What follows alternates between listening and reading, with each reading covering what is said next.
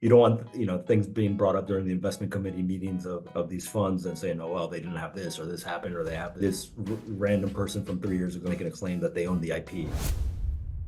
So you just want to make sure that you keep that cap table up to date. You think about, is everyone on the same page about what we want to make sure that down the line, there's no misunderstandings.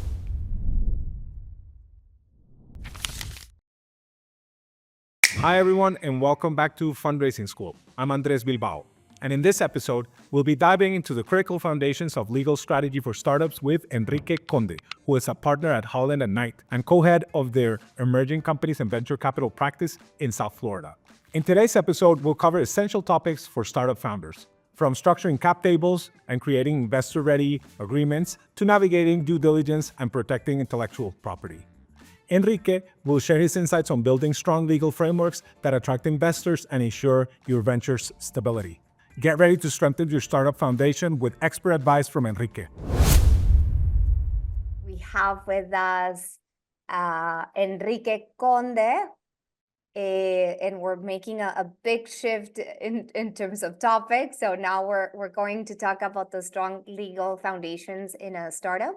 I have the honor of also working with Enrique, who is also a good friend at SoftBank, where he was a partner for the Latin American fund and helped us with everything around legal and led a lot of the deals that we did through the fund. He is currently a partner at Holland & Knight and co-heads the firm's emerging companies and venture capital practice in South Florida. He's a perfect combination of expertise between Latin America and the US, so he can support companies across regions for M&A, VC finance, and private equity, and JV, among others. He's also a very creative lawyer and always comes up with solutions rather than problems, which is always something that I love from your legal counterpart. So we're very, very happy to have you here, Enrique. Thank you, Lara. Nice to meet everyone. Happy to be here. I was scrambling for some books and plants based on Ronan's advice, but I'm in a visiting conference room, so I apologize for the blank slate. But hopefully I smile and you can trust me with some of this advice. But thank you, Lara, for the nice introduction. Like Laura mentioned, I'm a partner at Holland & Knight. I worked with her for several years at SoftBank.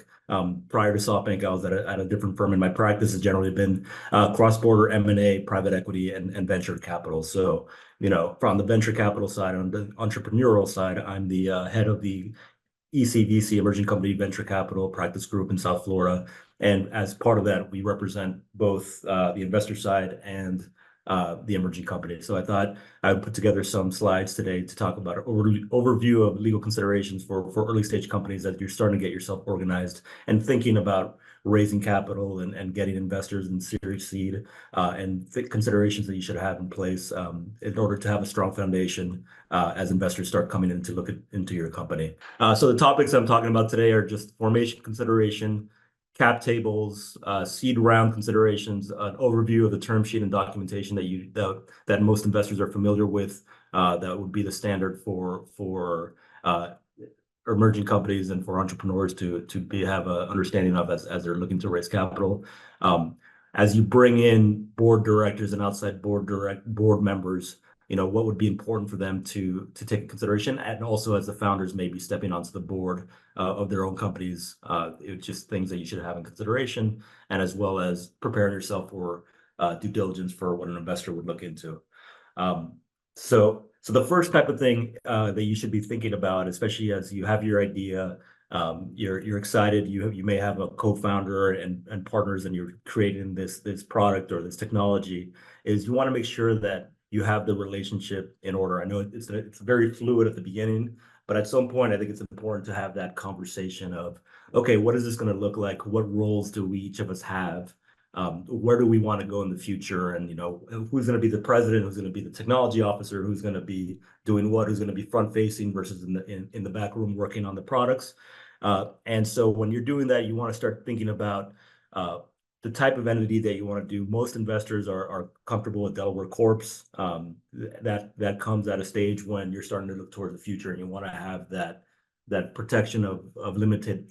You form the corporation, of course, for limitation of liability and for the investors to come in there. And there's jurisdiction as well. Depending on where you're going to be raising money, assuming it's in the U.S., Delaware Corp is pretty standard for people. But if you're having foreign investors outside of the United States, and for tax purposes, you may want to consider other places, but you just want to make sure that you have the most tax efficient structure for yourself and for your potential investors. And then you start, of course, thinking about ownership percentages. You and your two friends or your two co-founders start thinking about, really, is it an even split amongst everyone, or is somebody doing more work? And you start having those conversations, and it's important to have that basis so that down the road, when more serious money is getting involved, you can avoid awkward situations, hopefully. And that brings to the type of the shareholders agreement. I know at the very early stage, you just want to memorialize what the understanding is amongst people, just to make sure that again, when this third parties and friends and family and investors that are outside of the co-founding group, at least you have that understanding amongst yourselves, and people that are going to be putting money into the company are going to want to make sure that they understand what the relationship is between the existing shareholders and co-founders. And then one very important point as you're working through your ideas and you're having discussions about IP and building new technologies is you'd want to make sure that the company is the entity that owns the IP. You don't want to have a situation where an employee or one of the co-founders says, no, I actually invented that. That's my IP. So that when somebody comes in the future, says, well, who has the IP registered, and it happens to be an individual. And if there had been some type of falling out, or if it's cleaner if the company's the IP. So if you're bringing on employees and other third parties or the founders, you'd want to make sure that you transfer the IP to the company, and then you have employee confidentiality agreements and assignments of intellectual property as they are developing IP as part of the process as you're going through the day-to-day operations, and just that memorialization that the company is the one that actually owns the IP. So that's as you're starting out. An important part also is, and it's a pretty basic thing that you could be doing from the start that just makes it easier, and it's good practice, is the capitalization tables. Any investor that comes in is going to want to understand what the cap table is, and it's pretty much a snapshot of the equity ownership and the voting rights assigned to each company security following each financing round. So at the beginning, it's going to be very simple. It's 3 individuals or 2 individuals, common stock, 50-50, but it is a living document. So you'd want to make sure that you're creating this cap table and keeping it updated as every financing round, or as every individual comes in, or as their stock options that are being provided. You want to make sure that this cap table, which I'll show some examples later, and I'm sure many of you are familiar with, it's pretty much an Excel spreadsheet, and there's third-party service providers that can help you keep it up to date. But it starts out very simple, and it starts slowly becoming more complicated as more investors come in and more types of securities are offered. Because really what the cap table should show is what the rights are for each individual, and an investor's going to want to know exactly what they're coming into and what percentage of the company they're getting and what their voting rights are going to be. So the cap table will generally show the individual holder, the number of securities, the type of securities, the class and series, the ownership percentage based, if it's a convertible note or anything like that, you're going to be showing that as well. And so that you can have a full sense of what the company's ownership is going to look like, especially when an investor is coming in. So it has, like I said, preferred stock options, warrants, convertible debt, everything that could potentially become an equity ownership of the company. And so again, it's a living document. So anytime something new happens, it should be updated, and that's just to make sure that you're keeping it up to date. And any investor is also going to want to see a pro forma cap table, and that's going to be what the cap table would look like after the investment comes in, and that's generally tied and added an exhibit to a term sheet.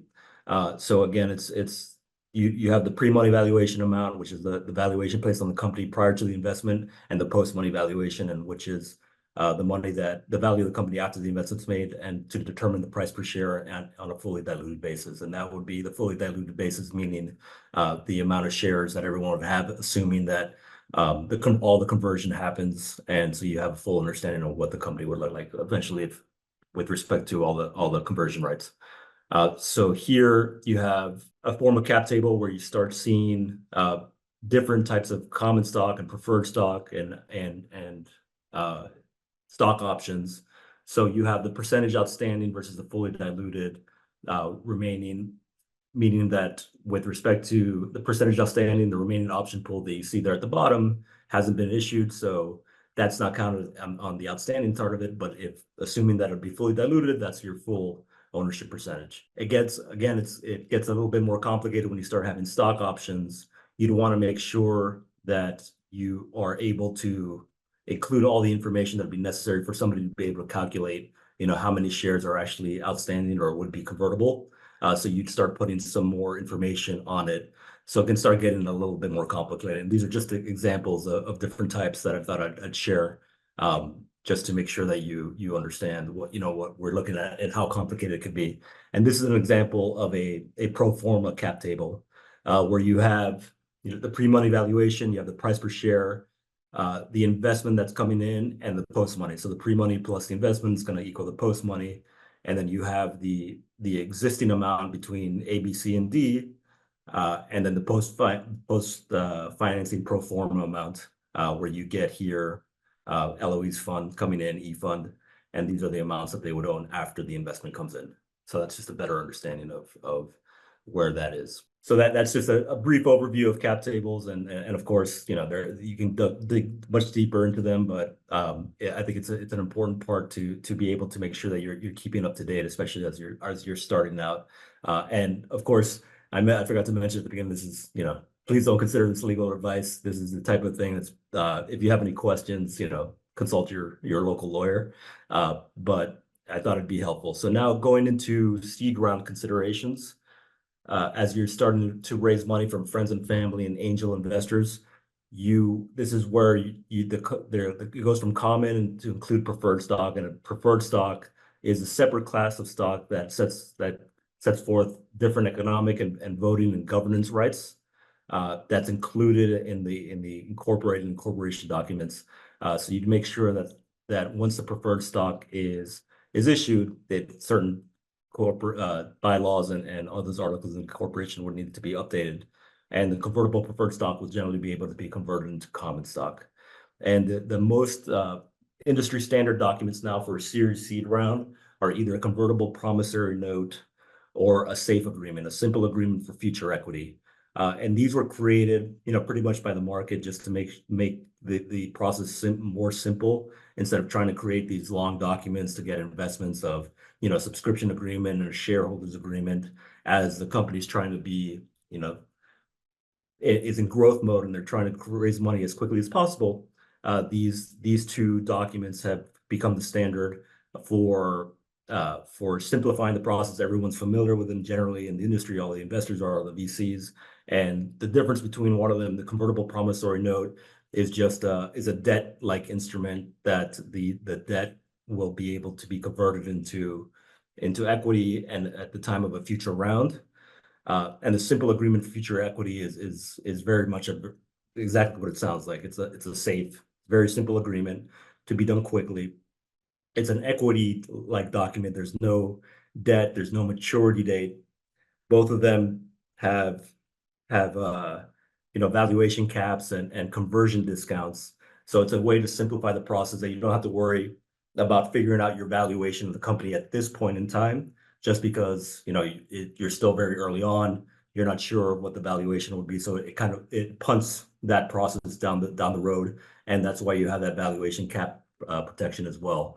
So you can raise money quickly and have these documents in place. So that's Series Seed. As you're starting to get more into larger financing rounds, the Series A, Series B, Series C, you'll start seeing more fulsome documentation. And there's a standard documents that the most venture capitalists and most investors are comfortable with here in the US, which are the NVCA documents. It's the National Venture Capital Association documents that are available online.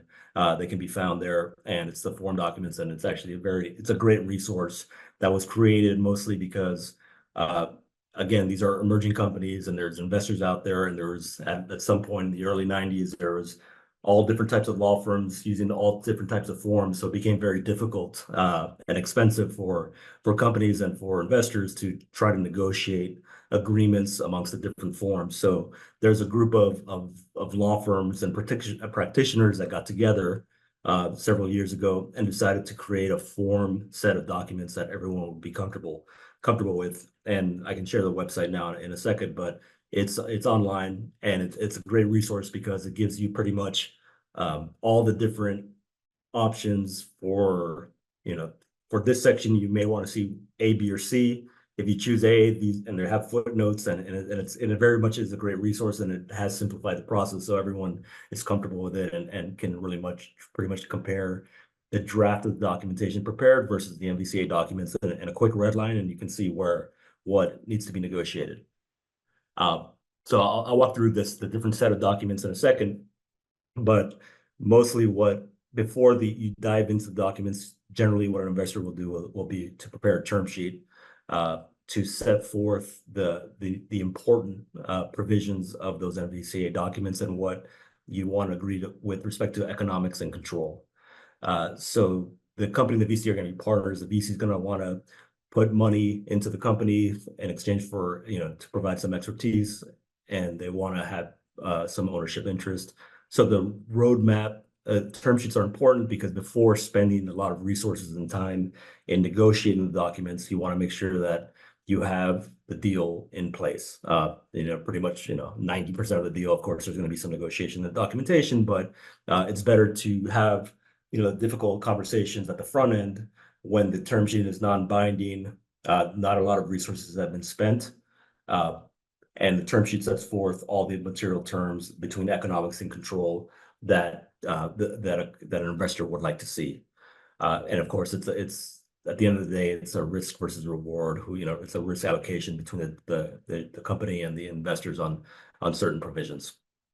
So term sheet is generally divided into economics and control. So on the economic side, you have the valuation, the share price, the liquidation preference for the preferred shares. So to the extent that the investor comes in, they're going to require preferred shares. And in the event of a liquidation or a deemed liquidation, which would be a substantially sale of all the assets, the investor will have a preference on getting their return first. And then there's anti-dilution protections in case of a down round, dividends similar to the dividends of distributions from the company. The preferred shareholders will generally be higher up on the waterfall of distributions than common.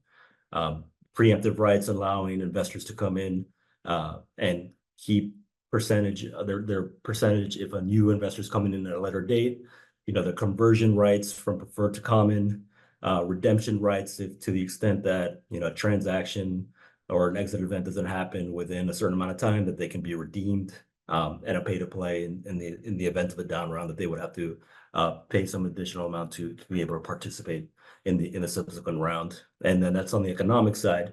And on the control side, you have the protective provisions where an investor is going to want to see, be able to control or have negative control of certain activities of the company. They're going to want to make sure that the company doesn't do certain changes, like material changes to the company or to the scope of the business or what they're investing in or what they're developing. So they'll have some negative control on that. Board composition, they'll probably require a member on the board seat. They're going to want information rights, right of first refusal, co-sale rights. So if anyone's planning to sell shares, that the investor would have that right of first refusal or the ability to tag along and sell along to that third party. Vesting for founders and registration rights in case of an IPO. So that all that is covered in the term sheet and the definitive documents, which have turned out to be developed from the MVCA document. And you can see the website there at the bottom, that instead of the standard, subscription agreement and one shareholders agreement.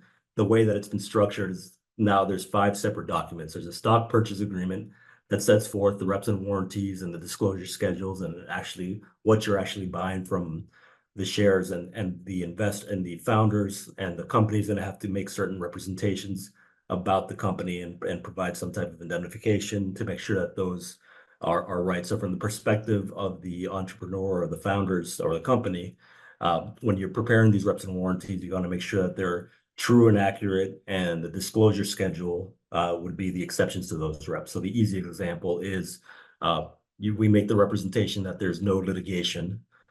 That's the clean rep. If there is litigation, you'd say, except for as set forth on disclosure schedule 1, there is no litigation, and then you're gonna list the all the exceptions to the disclosure, all the litigation you would have. And that's the same thing with respect to, material contracts, if there's any issues with material contracts, and it goes down the line. So it's very important to make sure that you disclose everything so that the investor or the person coming in has a full picture of what's coming in, what they're getting into. And if something comes up that has been disclosed, you can say, look, I disclosed it to you. It's been there and you knew about it. That's a stock purchase agreement. The investor rights agreement, this is where they set forth the registration rights, the information rights, their preemptive rights, and any covenants that the company has to meet certain standards or keep during certain operations. The voting agreement, which would be with respect to specified board election, that everyone agrees that this person would be elected to the board and drag along. You have to amend and restate the certificate of incorporation, because when you add the preferred shares, you probably would not have included any preferred shares or those types of terms and conditions into the articles of incorporation originally. So you have to update it, and then you have the right of first refusal co-sale agreement, which is what we mentioned, which set forth certain transfer restrictions and the ability to if somebody's getting out or transferring their shares, they can tag along or have a right of first refusal.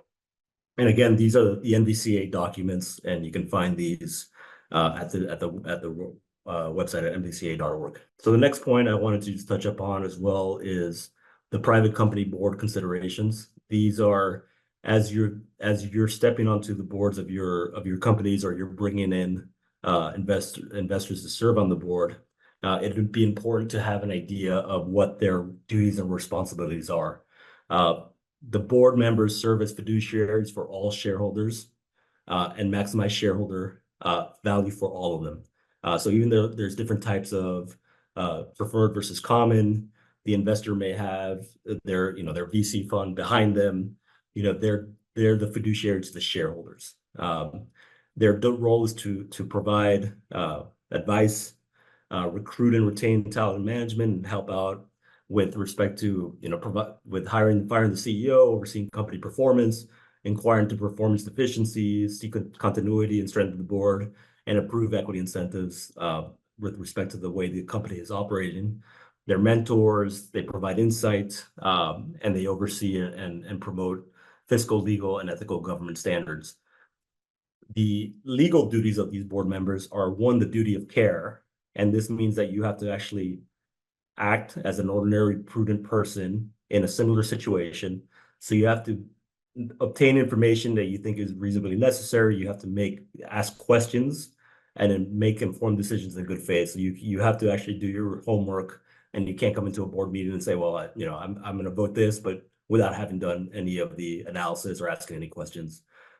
That's duty of care. And the duty of loyalty is kind of what I touched upon earlier, is that the director has to act in the best interest of the company and the shareholders. So not necessarily them themselves or their affiliate or employee. So if you're coming in as an investor and you get on the board, you have to think about everyone, not just where you're employed. And again, if you're a founder and you're on the board, you have to think about everyone as well, and not just you and the original founders or the common shareholders. It's the full gamut. And if there is some type of conflict, there has to be some full disclosure, and disinterested directors and approval is necessary. Just make sure that there's not a conflict of interest between when you're voting. Other duties are duty of confidentiality. You're not to discuss confidential information outside of the board meetings. and duty of disclosure. They make sure that balancing out with confidentiality, that you disclose the important information that would be needed for the shareholders to be aware of and to make informed decisions on their rule. The good thing is, for a director, there's a concept called the business judgment rule, and that business judgment rule creates a presumption that the board member is acting in good faith and has done his duty, has been informed, and decided to make a decision. And if the decision is a bad one, at least they made the effort. So there is that business judgment rule that regardless of whether it turned out poorly or not, the decision was in good faith and they used their best judgment. So that's the business judgment rule, and that protects directors and from personal liability, and would shift any potential plaintiff to prove that a director did not satisfy their fiduciary duties of loyalty and care. And then the last point that I wanted to touch upon before the question and answer was investor due diligence questionnaires. As investors are coming in, they're going to send a due diligence questionnaire, and they're going to pretty much want to know everything about the company. There's a long list of questions about the corporate status, the proceedings, securities information, shareholder information, tax information, corporate finance, debt, litigation, intellectual property, government regulation, clients, vendors. It's a long list and can be overwhelming. I think the two important points are, before you provide any information to anyone outside of the company, is have an NDA signed and in place, a non-disclosure agreement, confidentiality agreement, so that they can't use the information for any other purposes other than their investment, potential investment. And also the second point is also, would be helpful, similar to the cap table, is to start having yourself be organized from the beginning. Keep good corporate records. If you're having board meetings or shareholder meetings, prepare the minutes or resolutions, and just have everything organized in a folder, just so that in the future, when it comes into play, you can very much have everything set up, because otherwise you'd spend a lot of time organizing yourselves in order to prepare a data room, in order to allow an investor to come in and take a look at it. So if you can start having that type of discipline earlier and having everything in place, it'll make it easier down the line if you keep your cap table and all your corporate information organized in order for the potential future in place. So that's the end of my formal part of the presentation, but Laura, happy to answer any questions that the group may have. Thank you so much, Enrique, and I'm sure there's a lot of questions. I'm going to start with some of the basic ones, especially because a lot of the participants here are not necessarily from the US. So when does it make sense, let's say, from a non-US company to set up an entity in Delaware or in another US jurisdiction, for them to start thinking, if they're thinking eventually at some point fundraising in the US? But is it something that they do from day one, or is it something that they first incorporate in wherever they're from locally, and then they should move to a US jurisdiction? So generally what would happen is, it depends on where the investors are at the end of the day. If you're doing, Series Seed, or you have your friends and family rounds, and everyone is outside of the US, it doesn't make sense, or nobody's going to want to touch the US for no reason, right? From a tax perspective. It really comes into play when, US funds are looking, or you're looking to expand internationally, and you're looking to raise into these series funds, that you start getting yourself ready. Then you'd form a Delaware Corp and do the formation documents there at that level, so that you can make that transition and make it easier for investors. It's just less of an obstacle if an investor comes in, they're like, okay, it's a Delaware Corp and these are the documents. The challenge there a bit is, in many cases, you'd have to reflect or make a similar shareholders agreement that you may have in place in your local company in the local jurisdiction. You have to replicate it at the US level, or have that old company be, create a holding company, so that relationship is there, and then they just become a shareholder into the Delaware Corp. And the part of also just, and a tricky part of that part is also making sure that the right valuations and percentages, everyone keeps their same percentages in the local country that they may have as they transfer over to the US.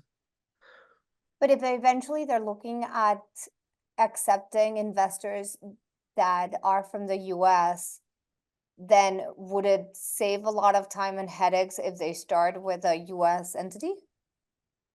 Or not necessarily?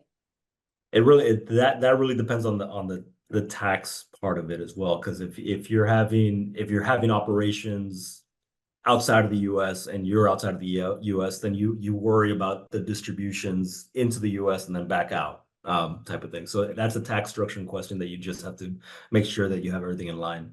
But if the intent is to expand globally and raise money in the US from the start, then yes, it probably saves some time to start in the US. Cool. There are some questions in terms of the difference between the way you can give stock options to initial employees or advisors in terms of its traditional option pool, if it's RSU, like the different options. Can you talk a little bit more about that? Sure. There's the stock option pool and the restricted stock units that you can create, and there are different options to have for the employees, and that's just another mechanism for incentive. Especially as you're not having a lot of cash at the beginning of the company. I think just the important part of it is from the perspective of the investors is one that it's properly created under the stock option plan of the company, and also that it's properly reflected in the cap table. Perfect. In terms of who takes care of the legal and due diligence costs, Jose Luis is asking, like, in a transaction with a VC, who takes care of what? So generally in a VC, especially the lead investor of a round, their counsel will prepare the documentation for the investment round, but in the term sheet, they will be reimbursed. The legal fees will be reimbursed by the company at the closing. So some of the money that's being used to as part of the investment round, they get back for the purposes of preparing the documentation for the legal fees and some other costs. And would the startup have any say on who the lawyers are, or it's the lead investor who chooses their legal firm and goes with that? Generally, it would be the lead investor that would choose that. The lawyers. At what stage should a startup then have also their own legal counsel of a level of someone like Colin Knight, or when does it make sense to involve like the cost of having someone like your firm involved in the transaction? Well, I'll do a little I'm sorry, pitch or just no, I'll do a little mixture between pitch and honest broker here. No, do a little pitch is Holland Knight and as part of the emerging company VC practice group, we since we represent both the investors and the company side, we do have some alternative fee arrangements for the early stage companies that they're starting to get ready. Not too early, but they're starting to get ready. They can't afford the U.S. legal prices, which we all acknowledge are very high, especially in the large law firms. So we do these alternative fee arrangements of either a fixed fee arrangement or deferred. That we look at the initial documentations, pretty much for free or for a very low flat rate, and you defer the payment until also there's a financing round or some type of exit round, so that we acknowledge that it's very difficult for emerging companies to pay these prices, but it's also efficient to have everything well organized from the start so that you're not scrambling at the time to make sure that you have everything lined up. So we look at that, from a legal perspective, it is a volume business in the sense that you want to make sure that you have the form documentation that you can provide for everyone, for the emerging companies, and make sure that it's an efficient and fair deal for both sides. Having said that, there's also other resources that are available online for free. Some law firms out there provide the very basic formation documents, pretty much online for free, and the idea being you sign up, you get access to these documents, and then they have the company or the contact information in the system, with the assumption that if they have any questions, you'll reach out to them in the future and go there. So it is a balance, and it is a decision that if you want to, we take on, we look very much at the emerging companies, and we take a bet on them as well, and saying, like, we think these people are going to be successful, so we'll do these alternative fee arrangements because we're confident, or relatively confident, that that they'll have a successful raise or exit in sometime in the near future. In the near future, perfect. So this could be literally for the type of companies that we're targeting with the fundraising school, that should be like going from seed to Series A, and then from Series A, there's like more clarity of the product market fit, and it becomes easier for a legal firm like yours to be involved and to do those concessions in the beginning. Right, exactly. Someone is asking if there is, in your experience, any show of mistrust when you ask an investor to sign an NDA before sharing documentation. No, I think it's pretty standard. Everyone understands that the companies want to protect their IP and their work product. So, companies are generally investors are very much ready to sign NDAs. Cool. In terms of stock options or an RSU, like, what have you seen traditionally in terms of vesting plans? There's a cliff vesting plan. You have the 25% plus, and then it goes, monthly or quarterly from there. You have there's various different options. Is there like some ideas that you can give them? What is what is mainly seen? Is it like usually 4 years? Does it reset every time there's a new round? Like, how do you? No, it's usually have you 4 year. It's usually a 4-year vesting plan. Does it reset every time that there's a new round coming up, or it continues? No, it continues. The plan is set, and you get your round, Okay. your grant agreement.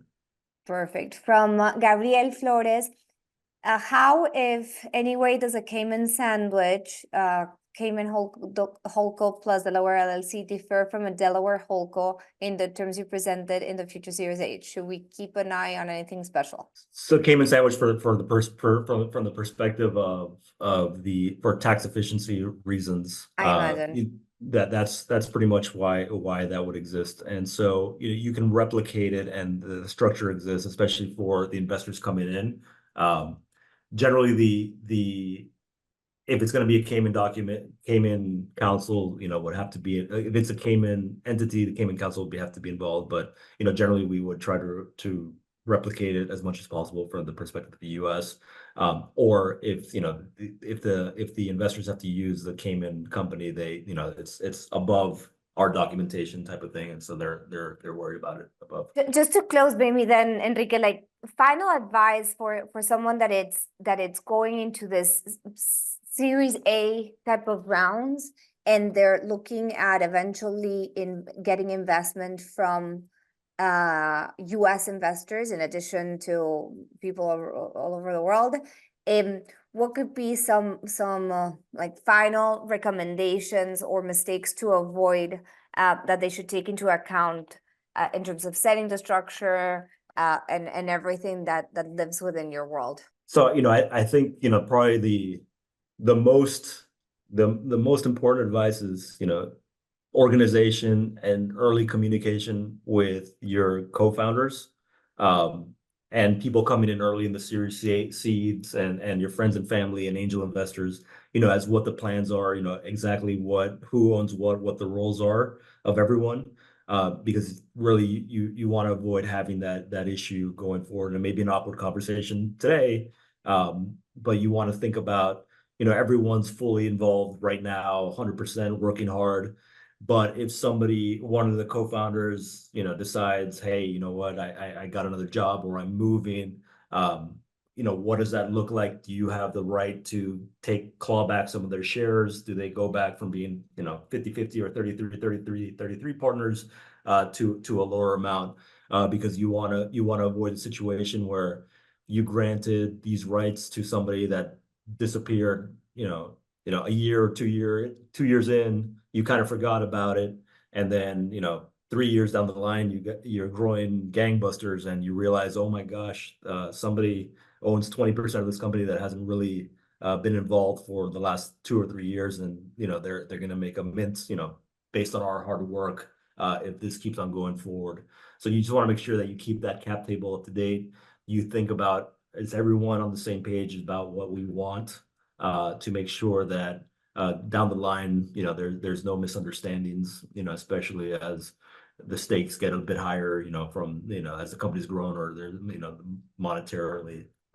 That's one thing. And from the perspective, of the region, in the VC world, Brazil is a world unto itself. There's a lot of Brazil VCs that are doing a lot of work. Out of the top 10 transactions in Brazil, I believe seven investors are based in Sao Paulo, and 3 are in the US. So, we acknowledge that Latin America is divided up. Brazil has its own ecosystem, entrepreneurial ecosystem, which in 2013 was, I think, worth 113 billion, versus Mexico, which was about 30 billion, and Colombia in third was about 13. So it's different, it's different places that you can look to as well. So there's different options.